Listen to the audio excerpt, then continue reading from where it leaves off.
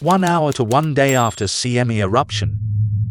When a CME reaches Earth's atmosphere, the first serious effects become evident, with broad consequences for infrastructure and communications worldwide.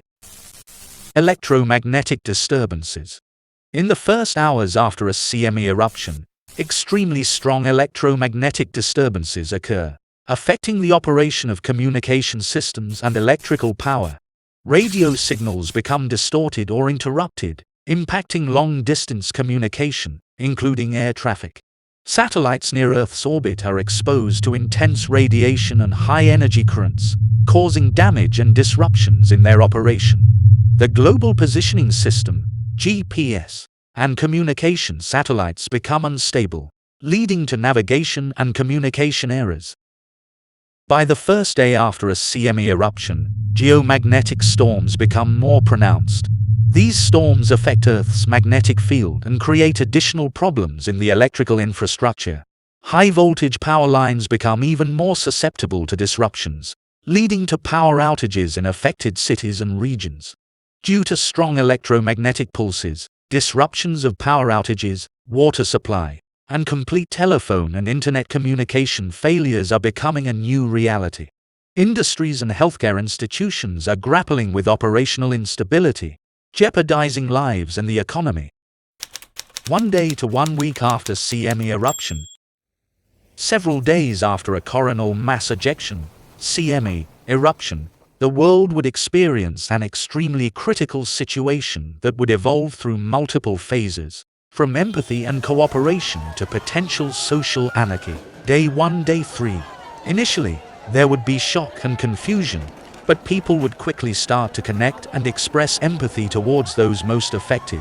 Communities and individuals would begin to offer help, sharing food, water, and basic necessities, and organizing to assist with immediate tasks. Governments and local authorities would mobilize their forces to manage the crisis.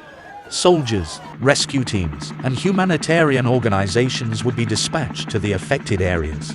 Feelings of solidarity would strengthen, with volunteers joining efforts to restore communication systems and power grids.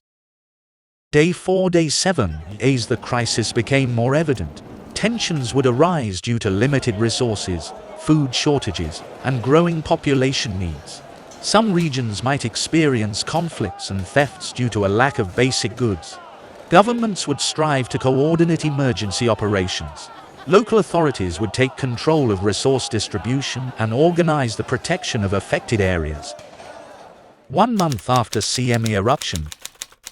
In the first weeks after a coronal mass ejection, CME eruption, the world would face intense challenges and gradual changes in how society manages the ensuing crisis.